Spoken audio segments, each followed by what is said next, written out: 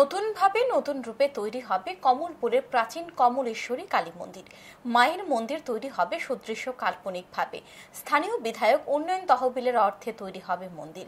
আর তাই ৬০ বছর পর বৃহস্পতিবার শাস্ত্রীয় নিয়ম মেনে কমলপুর কমলেশ্বরী কালী মা স্থানান্তরিত হন অস্থায়ী মন্দিরে। উপস্থিত ছিলেন বিভিন্ন প্রান্তের ভক্তরা। পুরনো মায়ের মন্দিরের পাশে সদ্য নির্মিত হনুমান মন্দিরে নিয়ে অস্থায়ীভাবে রাখা হয় সবার জাগ্রত কমলেশ্বরী কালী মাকে। পূজার্চনার ও নিয়ম নিষ্ঠার মাধ্যমে বৃহস্পতিবার ব্রাহ্মণদের দ্বারা কমলেশ্বরী দেবীকে অস্থায়ী মন্দিরে এনে রাখা হয়েছে।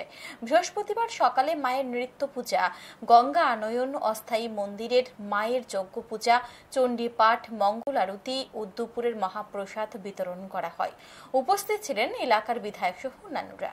উল্লেখ্য, ১৯১০ সালে অধুনা বাংলাদেশের সিলেট জেলার বাসিন্দা কৃষ্ণকুমার বাজপেয়ী বর্তমান কমলেশ্বরী কালী মন্দিরের বিস্তর জায়গা দান করেন।